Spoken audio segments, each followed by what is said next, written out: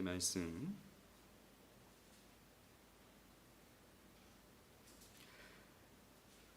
제가 봉독하겠습니다. 믿음으로 모세는 장성하여 바로의 공주의 아들이라 칭함받기를 거절하고 도리어 하나님의 백성과 함께 고난받기를 잠시 죄악의 낙을 누리는 것보다 더 좋아하고 그리스도를 위하여 받는 수모를 애굽의 모든 보화보다 더 큰 재물로 여겼으니 이는 상 주심을 바라봄이라.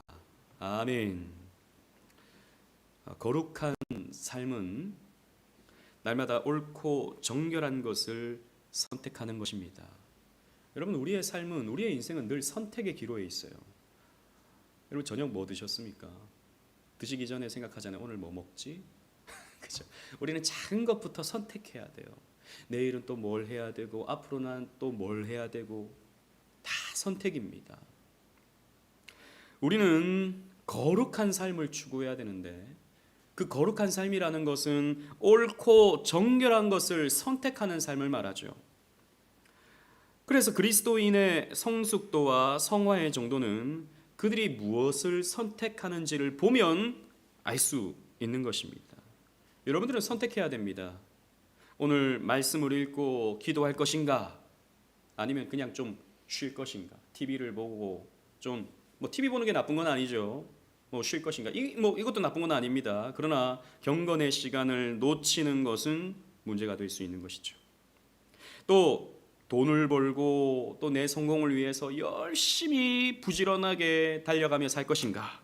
그러니까 돈을 목적으로 하고 살 것인가? 아니면 주의 일을 위해서 또 주님께서 내게 주신 양육하라고 주신 가정을 위해 살 것인가? 우리는 이런 부분에 있어서 선택하며 살아가야 됩니다.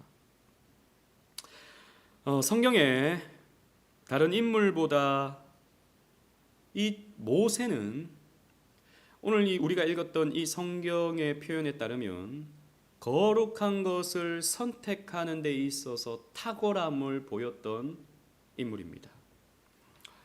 모세는 하나님을 믿고 그분을 따르는 삶이 어떤 삶인지 잘 알고 있었던 것이죠. 물론 모세는 하나님의 율법을 받는 데 있어서 가장 앞서 있던 사람이었습니다. 그래서 일반적으로 율법을 이 히브리인들은 모세의 법이라고 이렇게 표현하고 있지 않습니까? 또 이 유대주의에서는요, 이 모세의 법이라고 하는 모세와 율법의 연관성을 확장시켜서 모든 계명, 모든 의식, 구약의 모든 어떤 행사들을 모세와 연결하는 것을 우리는 성경을 통해서 찾아볼 수 있죠. 하지만 히브리서에서 이 모세를 가리켜서 율법주의자다라고 명하지 않습니다. 히브리서에서는요, 이 모세를 가리켜 믿음의 사람이다라고 이렇게 표현하고 있죠. 믿음으로 모세는 율법이 아니고, 그죠? 믿음으로 모세는이라고 표현하고 있는 것입니다. 이 모세는요, 세상적인 방식이 아닌 하나님의 방식을 지속적으로 선택함으로 자신의 믿음을 훈련시켰던 최고의 예가 되는 사람입니다.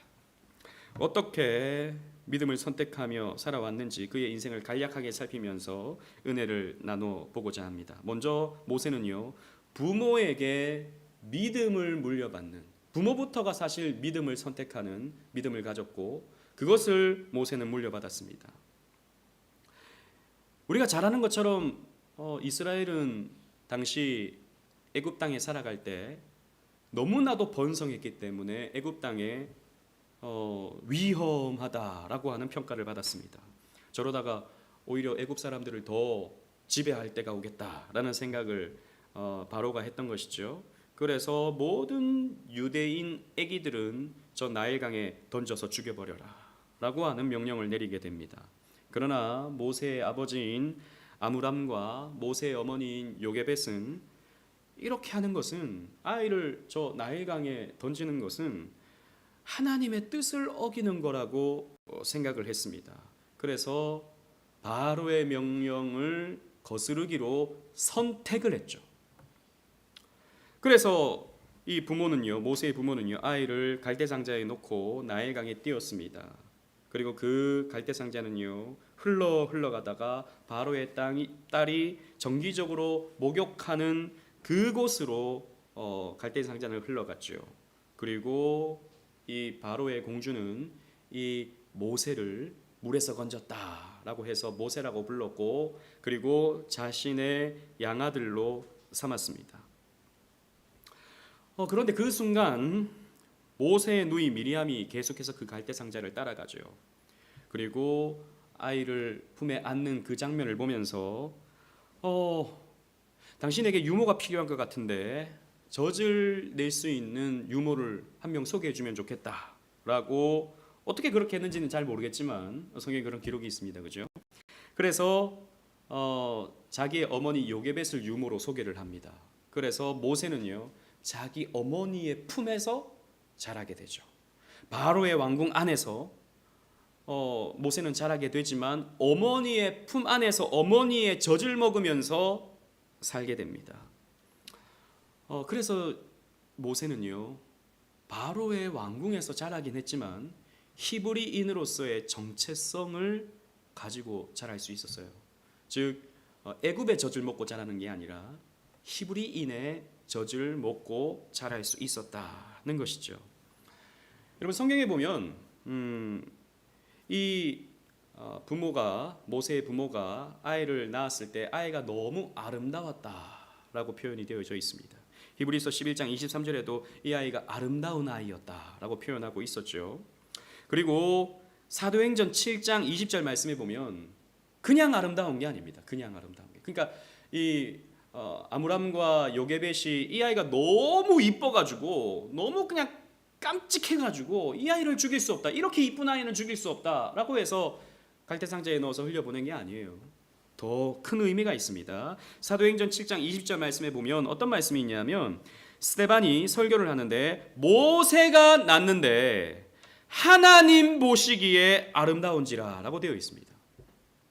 즉 하나님 보시기에 아름다운 아이가 모세였다라는 것이죠. 그러니까 이 모세의 부모는 이 아이를 봤을 때 이 아이는 특별함이 있는 아이다라고 하는 것을 영적으로 알 수 있었던 것이죠. 하나님의 은총을 입고 있는 아이다라고 하는 것을 분명히 알고 있었습니다. 그래서 이 아이를 더 죽일 수가 없었어요. 왕의 명령에 반대하고 내가 그로 인해서 목숨을 잃어버린다 할지라도 이 아이는 어떻게든 보호해야겠다라고 하는 하나님 주시는 마음이 모세의 부모의 마음속에 있었다라는 것입니다. 그러니까 모세의 부모의 마음에는 바로의 명령을 따를 것인가 아니면 하나님이 주신 마음을 따를 것인가에 대한 갈등이 있었던 것입니다. 그러나 그 갈등이 길지 않았죠. 그 갈등에 흔들리지 않았습니다. 하나님의 주시는 마음을 선택하면서 이 아므람과 요게벳은 이 아이를 살리자라고 선택했던 것입니다. 그래서 모세는 살 수 있었어요.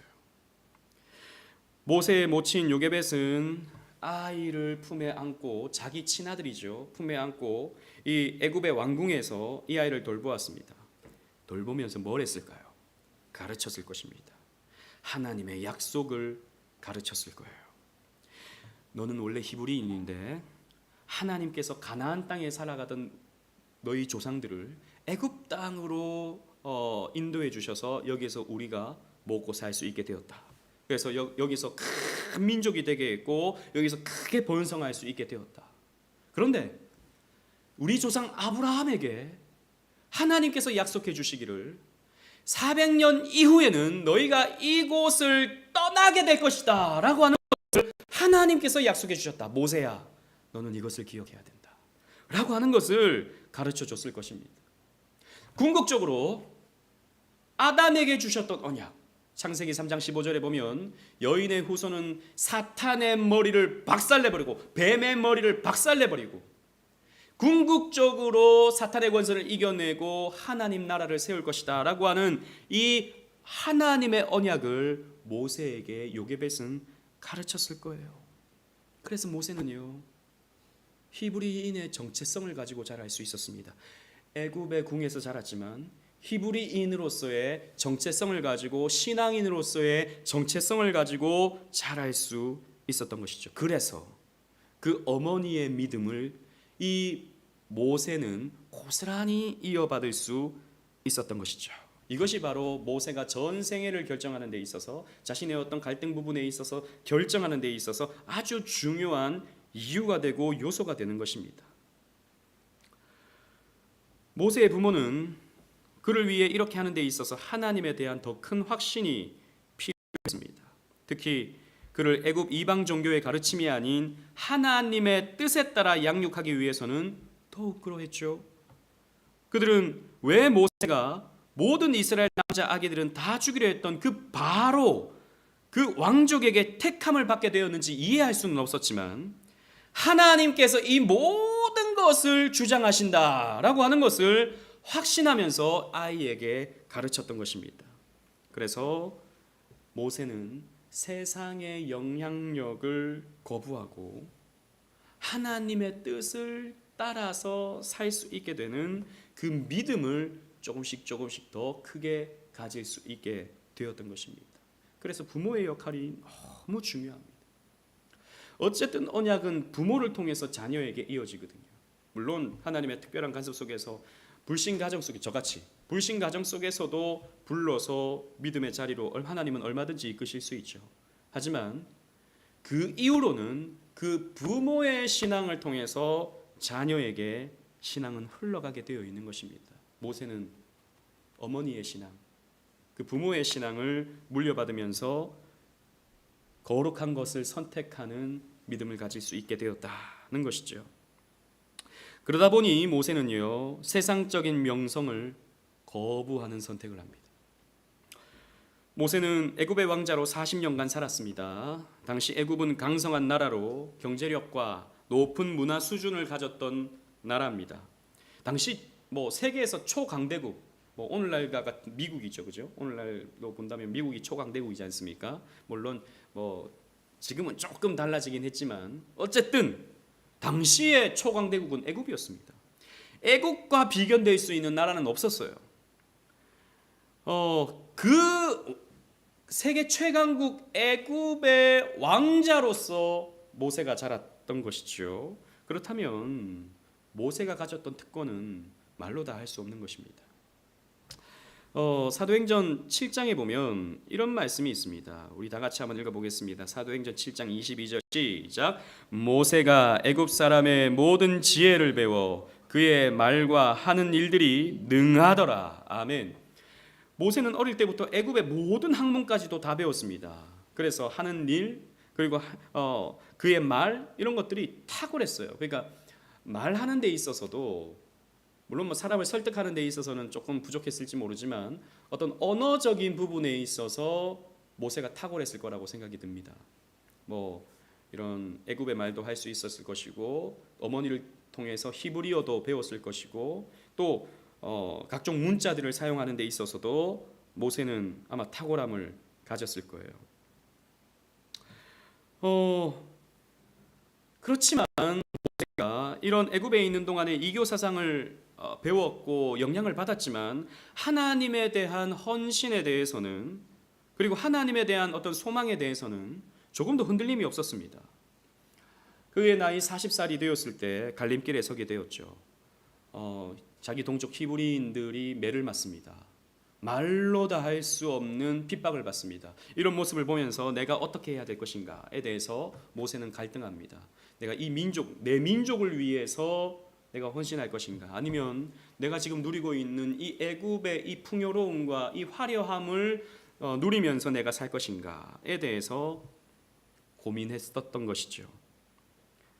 그러나 하나님은 모세 어머니의 하나님은 또 자기에게 말씀해 주시는 하나님은 모세가 어떤 선택을 해야 될지 너무나도 분명하게 알려주셨습니다. 여러분 아까 읽었던 히브리서 11장 24절 말씀을 다시 보십시오. 믿음으로 모세는 장성하여 바로의 공주의 아들이라 칭함받기를 거절했다 그랬습니다.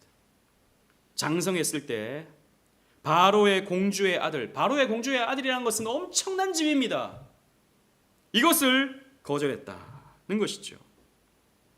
우리는 스데반이 산헤드린 공회에서 하나님께서 모세에게 이스라엘을 섬기고 사역하라는 특별한 역할을 주셨음을 설교했던 것을 우리는 찾아볼 수 있습니다. 이것은 하나님의 명령이었다라는 것이죠. 사도행전 7장 25절 우리 다 같이 한번 읽어보도록 하겠습니다. 시작. 그는 그의 형제들이 하나님께서 자기의 손을 통하여 구원해 주시는 것을 깨달으리라고 생각하였으나 그들이 깨닫지 못하였더라. 아멘. 즉 모세는 이런 생각을 가지고 있었던 거예요. 그러니까 내가 저 히브리인을 위해서 이 애굽의 군사를 해야면 하나님이 저 모세를 들어서 우리를 구원해 주려고 하는구나 라고 하는 것을 알 수 있겠다라고 생각했지만 당시 히브리인들은 전혀 몰랐다라는 거죠. 그러니까 자기에게 주신 이 마음이 히브리인을 위해서 헌신하려고 했던 이 모세의 마음이 하나님께서 주신 마음이다라고 하는 것을 모세는 확신하고 있었다라는 거죠. 근데 그게 그렇게 나타나지 않으니까, 자기를 동조해 주지 않았으니까 모세가 순간 헷갈렸던 것이죠. 아무튼 모세는요, 하나님께로부터 내가 사명받았구나라고 하는 것을 알 수 있었습니다. 그리고 그의 인생의 그 모든 여정을 하나님의 뜻을 이루는 것으로 내가 삼아야겠다라고 모세는 생각했던 것이죠. 모세와 요셉의 차이점이 있습니다. 요셉도 애굽의 2인자였죠. 그렇죠? 상당히 많은 지위를 누리고 살았습니다. 그런 부분에서 모세와 요셉은요, 흡사한 부분이 분명히 있습니다. 하지만 분명한 또 차이점도 있죠.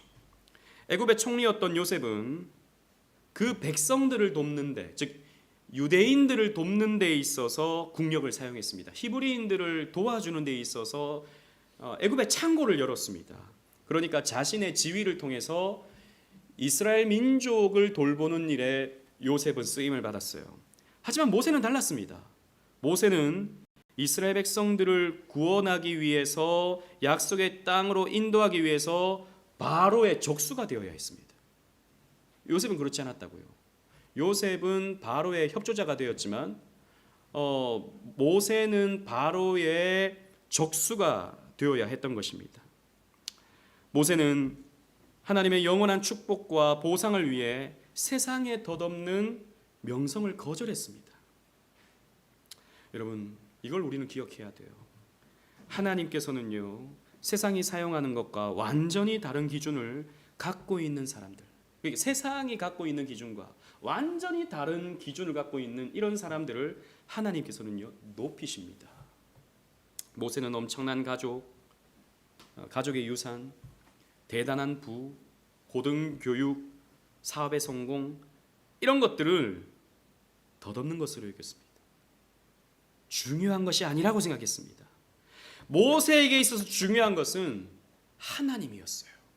그래서 세상을 선택할 것인가? 애굽 왕궁의 부요함을 선택할 것인가? 아니면 하나님을 내가 선택할 것인가? 이 갈림길에서 모세는 희생적인 섬김, 하나님을 향한 이 희생적인 섬김을 선택하며 살게 되었다는 것입니다. 여러분, 기독교 선교 역사 가운데 아주 귀하게 쓰임 받았던 한 사람이 있는데요, C.T. 스터드라는 사람입니다. 이 사람은 19세기 영국의 크리켓 선수였습니다. 유명한 선수였어요. 여러분, 크리켓은 야구와 비슷한데요, 야구와는 또 달라요. 영국하고 이런 호주 이런 데서는 지금도 크리켓 프로 선수들이 있습니다. 인도에서는 크리켓이 최고의 인기 스포츠죠. 아무튼 영국에 이 C.T. 스터드라는 크리켓 선수가 있었는데, 이 사람은요, 대단히 유명하고 대단히 인기 있는 프로 선수였습니다. 호화로운 삶을 살 수 있었어요. 지금으로 말하면 억대 연봉, 그때는 억대가 아니었겠지만 억대 연봉을 보장받는 그런 선수였습니다. 그런데 자기만 잘하는 게 아니라 형도 이 크리켓을 굉장히 잘했습니다. 그런데 어느 날 이 C.T. 스터드가 자기가 가지고 있는 모든 이 명예와 또 지위를 포기해 버립니다. 가장 인기 있을 때, 가장 화려한 어떤 주목을 받을 때 다 포기해 버리고 어디로 가느냐? 중국으로 들어갑니다. 중국으로 들어가서 중국 내지 선교, 중국 가장 그 한복판에 들어가서 사람들에게 복음을 전했습니다. 그때 영국의 상류층 크리켓을 좋아하던 사람들은요 경악을 했습니다. 어찌 저런 선택을 하는가? 가장 인기 있을 때, 가장 선수로서 빛이 날 때 왜 저런 선택을 했는가? 사람들이 경악을 했습니다. 그런데 존 플락이라는 사람이 이 시티 스터드의 어떤 일대기를 전기로 썼는데요. 그 이유에 대해서 이렇게 기록하고 있습니다. 여러분 잘 들어보십시오. 1883년 11월에 그의 형인 조지가 치명적인 병에 걸려 거의 죽게 되었었다. 그러니까 형도 크리켓 선수였다고 하지 않았습니까? 그런데 이 형도 굉장히 잘하는 선수였는데 병에 걸린 거예요. 런던에 있는 집의 침상 곁에서 그를 지켜보며 시티 스터드는 세상의 명예, 부, 쾌락이 얼마나 허망한 것인지를 깨달았다. 그러니까 스타였는데, 가장 빛나는 스타였던 형이, 자기와 똑같이 그렇게 인기 있는 형이 갑자기 병에 걸리면서 가지고 있던 부, 가지고 있던 명예, 이것이 한순간 그냥 아무것도 아니라는 것을 깨달았던 것이죠. 그런데 그 형이요, 성경과 주 예수 그리스도에 관해서만 관심을 기울이는데 형이 얼마나 그것을 통해서 기뻐하는지, 얼마나 그것을 통해서 만족하는지 이것을 스터드가 본 거예요. 원래 스터드는 믿음의 사람이 아니었습니다. 물론 아버지를 통해서 신앙생활을 하기는 했지만 대단히 헌신적인 믿음을 가졌던 사람은 아니었습니다. 그런데 그것을 보니까 내가 이것을 위해서 살아야겠다라는 생각을 했던 거죠. 병에 걸리면 인기도 아무 소용이 없고 문제가 찾아오면 억대 연봉도 아무 소용이 없는데 사람을 기쁘게 하는 것은 복음이구나, 예수 그리스도구나 라고 하는 것을 시티 스터드가 깨닫게 된 것이죠. 그래서 스터드는요 이런 말을 남겼습니다. 여러분 스터드가 남겼던 유명한 말인데요, 제가 한번 읽어보겠습니다. 예수 그리스도가 하나님이시며 나를 위해 죽으셨다면 그분을 위한 나의 어떤 희생도 결코 크다고 할 수 없다. 사람들은 말했죠. 스터드 왜 그런 희생을 하느냐? 당신이 그렇게 인기가 있는데, 당신이 그렇게 많은 사람들에게 주목받고 억대 연봉이 보장되어 있는데 왜 그런 희생을 했느냐? 아니요, 난 희생하지 않았는데요. 예수께서 날 위해 죽으셨고 예수께서 하나님이시라면 내가 그분께 드리는 그 어떤 희생이라도 그것은 희생이 될 수 없습니다 라고 스터드는 말했습니다. 그리고 이런 말을 했습니다. 다 같이 한번 읽어볼까요? 시작.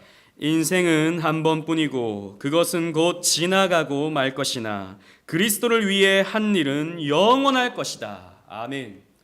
여러분 이 말을 기억하십시오. 물론 성경에 있는 말이 아니고 선교사가 한 말이라서 성경만큼 중요하진 않겠지만 그런 믿음의 사람의 고백입니다. 인생은 한 번뿐이에요. 그런데요 지나갑니다. 지나가요. 우리의 화려함도 지나갑니다. 우리의 멋짐도 지나가요. 아름다움도 지나갑니다. 내 품에 안고 있는 사랑하는 자녀들도 죄송합니다 지나갑니다. 그러나 그리스도는 영원하시죠. 내가 그분께 드리는 일은요 저 영원한 천국에서 상급으로 영원히 우리에게 주어지는 것입니다. 무엇을 위해 살 것인가? 모세는 선택했던 것이죠.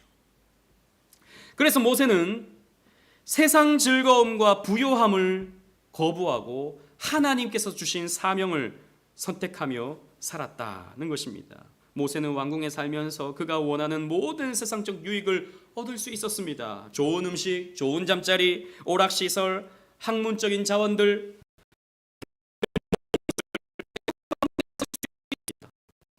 20세기에 우리 이집트의 투탕카멘 무덤을 발견했었죠. 그 뚜껑을 열어보니까 거기에는 얼마나 많은 보물들이 있었는지 모른다고 합니다.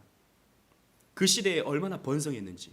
그 시대에 물론 모세와 투탕카멘의 어떤 연대는 차이가 납니다만 어쨌든 고대 이집트는 얼마나 화려한 삶을 살았는지 왕족들이 그것을 통해서 우리는 볼 수 있는 것이죠. 여러분 모세가 얼마든지 이런 것들을 누릴 수 있었다고요. 물질적인 안락함 자체는 죄가 아니죠. 그 뭔가를 누리고 즐긴다는 것이 여러분 죄가 아닙니다.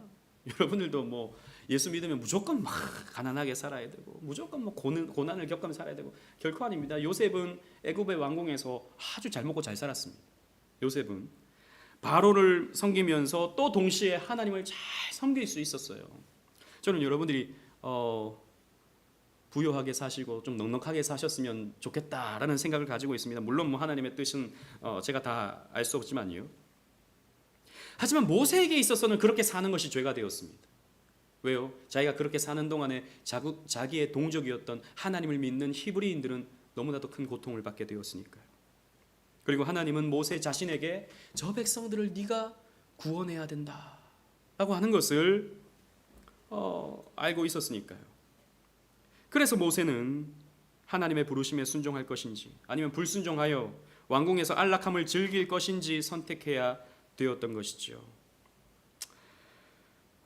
여러분, 우리도 이렇게 선택해야 됩니다. 우리는 과연 넓은 길을 걸어갈지, 보장되고 안락하고 많은 사람들이 걷는 넓은 길을 선택해야 될지, 아니면 좁은 길, 험한 길, 다른 사람들이 찾지 않는, 왜 너는 그런 길을 가? 너는 왜 바보같이 그렇게 신앙생활을 해? 라고 하는 그 좁은 길, 십자가의 길을 걸어야 할지 우리는 선택해야 되는 것이죠. 여러분, 우리가 그렇게 설 때가 있습니다. 그 갈림길에 설 때가 있어요. 알아요. 하나님이 내게 주시는 마음이 있습니다. 거룩한 것을 선택해라. 믿음을 선택해라. 말씀을 선택해라. 근데 알아요. 이걸 선택하면 내가 얼마나 힘들어지는지, 내가 내 즐거움을 얼마나 포기해야 되는지, 내 편안함을 얼마나 포기해야 되는지 우리는 알아요. 아는데 선택하기가 너무 쉽지 않죠. 무엇이 영원의 길과 맞닿아 있는지 알아요. 그런데 선택하는 게 쉽지가 않습니다. 그러나 여러분, 모세는 히브리서 11장 25절, 여러분 아까 우리가 읽었던 25절입니다. 제가 다시 한번 읽을게요. 도리어 하나님의 백성과 함께 고난받기를 잠시 죄악의 낙을 누리는 것보다 더 좋아했다 라고 모세는 평가하고 있습니다. 하나님 백성과 함께 고난받기를 죄악의 낙을 누리는 것보다 더 좋아했다 라는 것이죠. 여러분, 이렇게 했던 까닭이 있습니다. 이렇게 했던 까닭이 있어요. 모세는 때로 하나님의 뜻에 순종하는 것이 어렵더라도 그가 순종하기만 하면 궁극적으로 하나님께서 은혜를 베풀어 주실 것을 확신했습니다. 그러니까 이 선택을 한 거죠. 이 믿음과 순종의 원칙은 우리 모든 그리스도인들에게 진리가 됩니다. 하나님께서는 그의 자녀들이 죄에서 떠나, 넓은 길을 떠나 성화의 길, 좁은 길을 걷기를 원하시는 거죠. 쉽지 않습니다. 정말 쉽지 않아요. 우리가 말하는 것은 너무 쉽지만, 그러나 정말 진리의 길을 택한다는 것은 너무나도 어려운 일입니다. 그러나 아까 제가 말씀드렸던 것처럼 왜 모세가 세상 유혹을 거절했는지 더 히브리서는요 분명하게 가르쳐주고 있는데, 26절, 여러분 26절을 보십시오. 히브리서 11장 26절 다 같이 한번 읽도록 하겠습니다. 성경을 펴서 다 같이 읽겠습니다. 자막이 없어요. 시작. 그리스도를 위하여 받는 수모를 애굽의 모든 보화보다 더 큰 재물로 여겼으니 이는 상 주심을 바라봄이라. 아멘. 여러분, 이 말씀에 여러분 아멘 하시겠습니까? 아무도 아멘을 안 하시네. 그리스도를 위하여 받는 수모를 애굽의 모든 보화보다 더 큰 재물로 여겼다.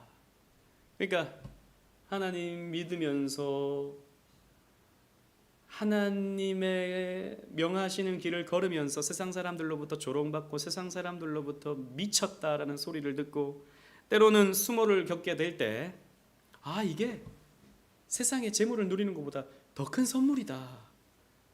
하나님께서 나에게 얼마나 큰 상을 주시려고 이런 수모를 겪게 하시는가. 모세는 생각했다는 것이죠. 누구를 위해서요? 그리스도를 위하여. 여러분, 여기서 여겼다라는 표현이 있잖아요. 더 큰 재물로 여겼으니 라는 말은 우리어로 보면 충동적인 어떤 결정이 아니고 세심하고 신중한 사고 과정을 통해서 내린 결정, 이것을 표현하는 말입니다. 그러니까 오랫동안 묵상하고 오랫동안 생각하면서 이게 하나님께서 더 상 주실 일이구나, 하나님께서 더 기뻐하실 일이구나 라고 하는 것을 생각했던 것이죠. 물론 모세는 우리처럼 그리스도를 분명하게 알지는 못했을 것입니다. 물론 모세는 모세오경을 통해서 그리스도를 예언하는, 오실 메시아를 예언하는 이런 글도 썼고 예표적인 삶을 살았지만, 하지만 우리만큼이나 그리스도에 대해서 더 분명하게 알 수는 없었을 거예요. 1500년 전부터 모세는 이 율법을 통해서 오실 메시아에 대해서 이야기했지만, 그러나 분명한 것은 모세는 분명히 오실 메시아를 믿는 믿음으로 사는 사람이었다라는 것이죠. 그래서 모세는요, 그리스도를 위해서 받는 수모, 그리스도를 위해서 받는 고난, 이것을 영광으로 생각할 수 있었다는 것입니다. 여러분 마찬가지입니다. 저와 여러분들도 그러한 믿음의 결단을 할 수 있어야 됩니다. 예수님께서도 말씀하셨죠. 내 이름으로 핍박을 받는 자들에게는, 내 이름 때문에 고난을 받는 자들에게는 내가 다시 올 때 그 고난에 대해서 갚아주겠다라고 우리 주님께서 약속해 주셨습니다. 마치 모세는 이 말씀을 아는 것처럼 그렇게 그리스도를 위하여 고난받기를 선택했던 것이죠. 여러분, 말씀을 맺겠습니다. 신실하게 순종하는 모든 사람에게 하나님의 말씀은 항상 족합니다. 하나님의 말씀으로 우리는 충분해요. 애굽에서 40년간 모세는 부와 높은 계급의 모든 특권을 누릴 수 있었습니다. 그러나 그가 이것들을 거절한 가장 결정적인 이유는 믿음으로 애굽을 떠나서 그것들을 하나님께 순종하여 영원한 보상을 받는데 걸림돌이 되었기 때문입니다. 여러분 생각해 보십시오. 여러분들은 신앙생활의 걸림돌이 무엇입니까? 여러분들이 예배하지 못하게 만들고, 여러분들이 하나님께로 나오지 못하게 만들고, 기도하지 못하게 만들고, 헌신하게 만들지 못하는 그 무엇, 그 걸림돌은 도대체 여러분 무엇입니까? 어떤 분들에게는 돈이 될 수도 있겠죠. 어떤 분에게는 사람이 될 수도 있을 것입니다. 어떤 분에게는 나의 편의, 나의 안락함이 될 수도 있겠습니다. 여러분 그렇습니다. 우리는 그 걸림돌을 늘 부딪히면서 살아갑니다. 그러나 그 걸림돌을 우리는 뛰어넘을 수 있는 믿음이 우리에게 필요하죠. 모세는 그 믿음이 있었던 것입니다. 그리스도인은요, 일시적인 쾌락과 이기적인 충족감을 기꺼이 포기하고 하나님 나라를 위해서 살고자 하는 희생적인 삶이 우리에게 반드시 필요합니다. 우리 주일에도 말씀을 나눴다시피 포도원을 위해서 자기 목숨을 아까워하지 않았던 나봇처럼, 또 모세가 상 주시는 이를 바라보면서 자신이 누렸던 모든 부유함을 포기했던 것처럼, 이런 자세가 저와 여러분들에게 필요한 것이죠. 오늘날 우리 한국 기독교는 지나치게 웰빙 기독교가 되어버려서 안락하고 편안한 믿음의 삶만이 그저 신앙생활이다 라고 착각하는 이 시대가 되어서 그저 내가 배부르고, 그저 내가 건강하고, 그저 내 하는 일이 잘 되면 하나님이 내게 복 주셔서 이렇게 신앙생활 잘하게 하셨구나, 이렇게 생각하는 경우가 참 많습니다. 아닙니다. 아니죠. 우리 주님께서 말씀하셨습니다. 나를 따르려거든 자기를 부인하고 자기 십자가를 지고 나를 따를 것이니라 라고 말씀하셨어요. 여러분, 우리 예수님께서 말씀하신 기독교는요, 오늘날 이 한국교회가 말하는 어떤 그 건강함과 그 부요함과 그 편안함의 그 기독교보다 훨씬 더 무거운 기독교입니다. 사도 바울도 마찬가지죠. 우리 다 같이 한번 읽어보겠습니다. 고린도후서 4장 17절 시작. 우리가 잠시 받는 환난에 경한 것이 지극히 크고 영원한 영광에 중한 것을 우리에게 이루게 함이니. 아멘. 여러분, 우리가 받는 환난은요, 잠시입니다. 이 땅 가운데 잠시 스쳐 지나가는 것에 불과하죠. 하지만 우리는 영원한 것을 저 천국에서 얻게 됩니다. 여러분, 우리 영원한 것을 바라보면서 살아갈 수 있는 저와 여러분들이 되셨으면 좋겠습니다. 이 은혜가 있는, 그래서 선택의 갈림길에서 거룩한 것을 오늘도 선택하며 살아가는 저와 여러분들 되시기를 주님 이름으로 축원합니다. 아멘. 우리 함께 찬양하시겠습니다.